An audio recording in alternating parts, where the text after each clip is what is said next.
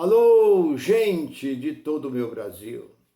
Graça e paz para todos vocês do Maranhão, Santa Inês, Bacabal, São Luís, Imperatriz, cidades maravilhosas, Tanta, Rondão do Pará, Marabá, Belém, São Luís, Teresina, por toda essa cidade por onde andei.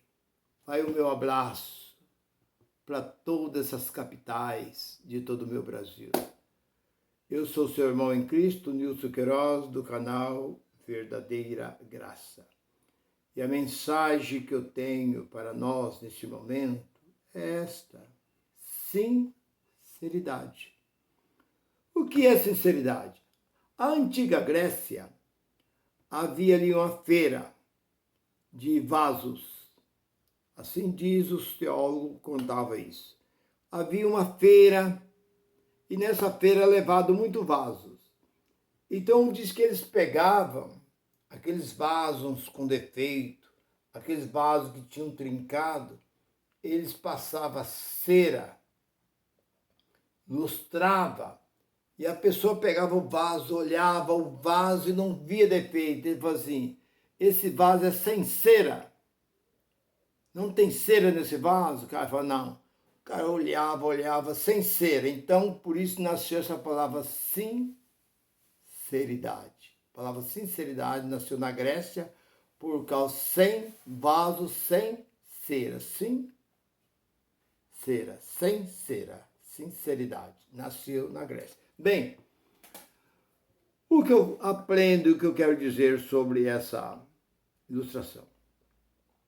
Quando Jesus, está lá no capítulo 9 de Marcos, Jesus passa por um determinado lugar e ali tem um homem que tem um filho possesso pelo espírito maligno. E aquele menino, ele, quando era possuído por esse espírito jogava ele no fogo, jogava na água. E Jesus não estava presente quando este homem trouxe esse menino para os discípulos orar. E os discípulos oraram e não aconteceu nada. E aquele homem, talvez ele até estava acreditando, mas quando os discípulos de Jesus orou e nada aconteceu, ele passou a não crer. Mas logo em seguida aparece o Senhor. O Senhor apareceu ali e aí ele disse assim: ali ó, está o mestre dele, está aquele que tem poder de libertar o seu filho. Mas o homem já estava escaldado por causa dos discípulos, o homem não acreditou muito. Mas Jesus, aproximando do homem, disse: se tu crê, tudo é possível àquele que crê. Ele disse: sim, Senhor, eu creio. Quanto tempo sucede isso? Ele diz: desde a da sua infância. Joga na água, joga no fogo e tal. Bom, se tu pode crer, tudo é possível. Traga o menino para cá. Mas no momento que trouxe o menino, ele disse: Senhor, eu creio. Com lágrimas nos olhos, ele disse: Senhor, eu creio, mas ajuda a minha incredulidade. Eu disse isso já para os 2 pastores e eles não me responderam.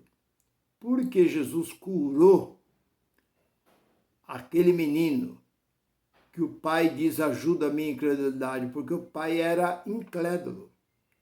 O pai não era um ateu, mas era incrédulo. Incrédulo é uma coisa e ateu é outra. Mas por que Jesus curou? Aí o pastor me respondeu: porque ele creu. Eu falei: não. Aí está dizendo, a palavra está bem claro: ajuda a minha incredulidade. Eu falei: você sabe por que Jesus curou? Por causa da sinceridade daquele homem. Ele foi, como diz em outras palavras, ele jogou limpo com o Senhor. Eu creio. Mas na hora que ele disse que ele crê, ele sabia que o Senhor conhece nós por dentro e por fora. Na hora ele se voltou atrás e disse: Senhor, eu creio, mas ajuda-me. Pediu ajuda. E não tem nada mais do que você pedir ajuda a uma pessoa e a pessoa saber da sua sinceridade e a pessoa te ajuda. Ajuda a minha incredulidade. Então Jesus falou: traga para cá o menino, e expulsou aquele espírito que estava sobre aquele menino, porque aquele homem foi sincero. Ele não acreditava e ele pediu ajuda. Peço que me ajuda a crer a minha incredulidade que estava dentro de mim, porque os discípulos não conseguiram expulsar, mas ele, Jesus, sendo o Senhor do céu e da terra, simplesmente, como se diz, você crendo, você não crendo, eu vou fazer a obra porque eu sou o autor da vida. Deus chegou e expulsou aquele espírito. Então, sinceridade agrada a Deus. Sede sincero. Por isso que existe muitos homens aí, muito espião de púlpito, dizendo: irmão, vocês têm que ser fiel, tem que ser sincero no dízimo. Você recebeu X, você tem que dar até as moedas, você tem que dar. Seja sincero, porque se você for fiel, sincero, fiel no pouco, sobre o muito te colocarei. Seja sincero com o nosso Deus. E por causa dessa palavra, muita gente tem medo, tem levado até as moedinhas, coloca dentro do envelope e leva lá para aqueles bandidos de púlpito. Bem, o que eu quero dizer que sobre a palavra sinceridade. Havia um certo rei, ele tinha um filho só. E ele dizia assim: meu filho, eu estou ficando velho. O meu tempo de vida está chegando. Você precisa casar. E ele diz: ah, meu pai, eu precisava encontrar a minha outra parte. Ele diz assim: eu vou fazer aqui uma espécie de um curso. Aqui vou convidar um sorteio, vou convidar aqui várias jovens. E a jovem que passar nesse teste será sua esposa e será rainha. Ele disse: tudo bem, meu pai. Aí ele anunciou na cidade que ia ter espécie de um sorteio, que todas as moças bonitas, moças ali e tal, se comparecesse, moça de ali e tal, moças bonitas, moças tal, de boas famílias, tal, comparecesse ali. E apareceu várias moças. Ele olhou e falou: ó, o teste é esse. Deu um vaso para cada uma das jovens,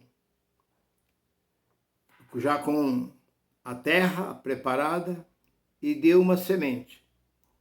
E falou assim: ó, vocês vão plantar essa semente nesse vaso. E vai nascer uma flor muito bonita. Quando essa flor nascer, daqui 2 meses, eu vou fazer o segundo concurso. E a flor mais bonita, o vaso que tiver a flor mais bonita, será a vencedora. Essa vai se tornar rainha e vai casar com meu filho. As moças tudo contentes foram. Chegaram lá, as moças plantaram essa planta e pá, e regava e tal. Passou-se 2 meses. Apresentou. Teve a segunda apresentação. Encheu ali a sala real daquelas jovens, todas jovens bonitas, e o rei sentado. Ele olhou uma flor mais bonita que a outra. Mas ele olhou no meio daquelas, tinha uma que estava com o vasinho sem flor. E as outras começou a dar risada, a zombar daquela jovem que estava com o vaso sem flor. Aí chegava e olhava: sua flor é bonita, tal. Deixa eu ver a sua, tal. E foi passando todas as jovens, até que chegou naquela jovem, a vez daquela jovem sem flor no vaso. Escuta, cadê a flor que está no seu vaso? Por que que todas têm a flor e você não tem? Ela falou assim, majestade, eu fiz de tudo. Eu coloquei mais adubo. E eu aguava todos os dias. Mas a flor não nasceu. Então eu vim aqui e trouxe, do jeito que o Senhor me entregou, eu trouxe. Ele olhou e disse, você é a única sincera no meio de todas. Você está aprovada. Você será a rainha, você casará com meu filho. As outras ficou tudo espantada. E diz assim, porque todas essas sementes é tudo falso. É semente artificial. Ela não tem como nascer. E o que fizeram as moças? Foi lá, pegaram outra semente, flores bonitas, e plantaram no lugar. Mas essa moça não. Ela insistiu ali aguando, adubando, mas não nasceu. Chegou no dia, falou, vou levar para o rei da forma que ele me deu. Foi a única que passou no teste. Por quê? Porque havia sinceridade no coração daquela jovem. O que eu aprendo com isso? Que o que Deus quer de nós é a sinceridade do nosso coração. Não adianta fingir. Não adianta dizer, eu te amo. Senhor, o Senhor é tudo na minha vida. Eu não vivo sem o Senhor. Oh, Deus da minha vida. Deus do meu viver. O Senhor tem me livrado de muitos perigos. Oh, Senhor, eu te adoro. Oh, Senhor, blá, blá, blá. Mas Deus sabe que aquilo, como disse Jesus, esse povo me louva com os lábios. 15:8 de Mateus. Mas seu coração está longe de mim. É comum, é fácil você ver uma pessoa gritando, se esgoelando dentro desses movimentos chamados igreja. Mas ali não tem nada, é só carne. Encontro Efésios capítulo 6, versículo 18, que a oração é feita em espírito. A carne não louva a Deus. Por isso que o jejum é uma tolice. Jejuar. Que isso era sacrifício da lei. A lei quem fazia isso. Mas a graça, nós que somos da graça, vamos sacrificar a carne para qual motivo? A carne não santifica. A carne não tem santidade. Você pode ficar um ano inteiro sem comer, você vai secar. Você vai virar um esqueleto.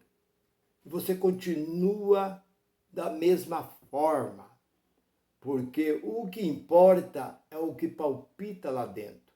Não importa que aquele corpo seja um corpo de pequena estatura, seja um corpo magro, não importa a estrutura daquele corpo. O que importa é o que palpita lá dentro.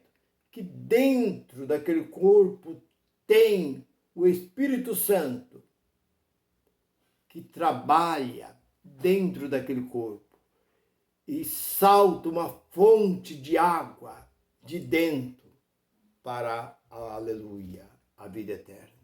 É o que disse o Senhor à mulher samaritana.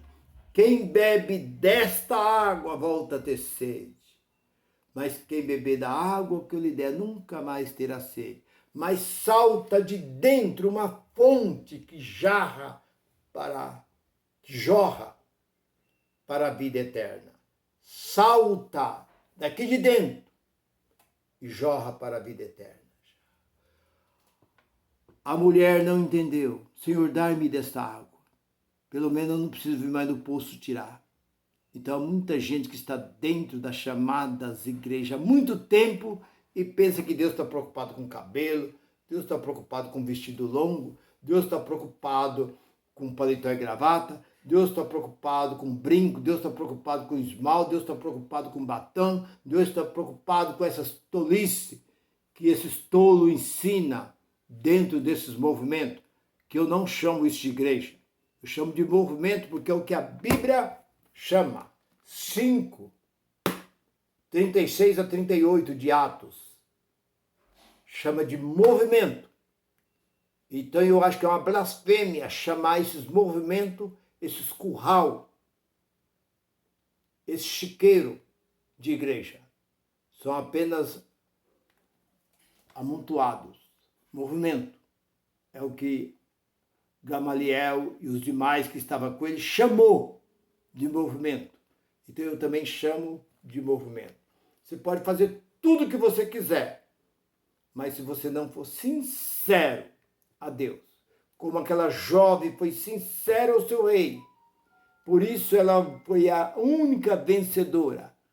As outras perderam a batalha, porque foram falsas, mas ela foi sincera e foi a vencedora e se tornou rainha casando com o filho do rei.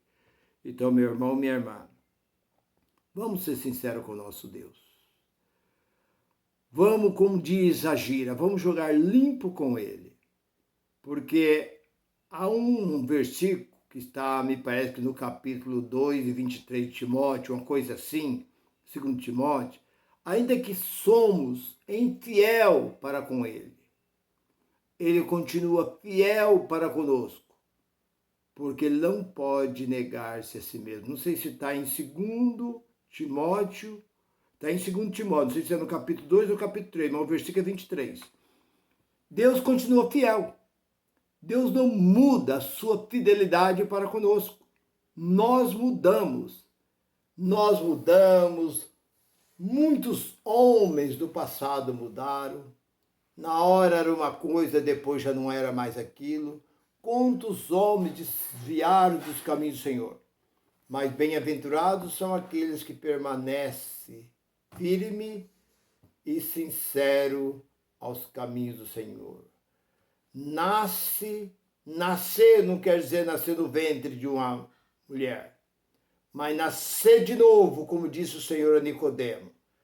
Se tu não nascer da água e nascer do Espírito, a água significa a palavra, a água que lava. Nascer da água e nascer do Espírito não pode ver o reino de Deus. Se você gostou dessa mensagem, se essa mensagem falou bem ao seu coração, meu querido, minha querida irmã, Deus te conceda a sua petição, mas seja sincero em tudo, que Deus retribuirá a sua petição. Graça e paz para todos. Goodbye, goodbye. Tchau, tchau.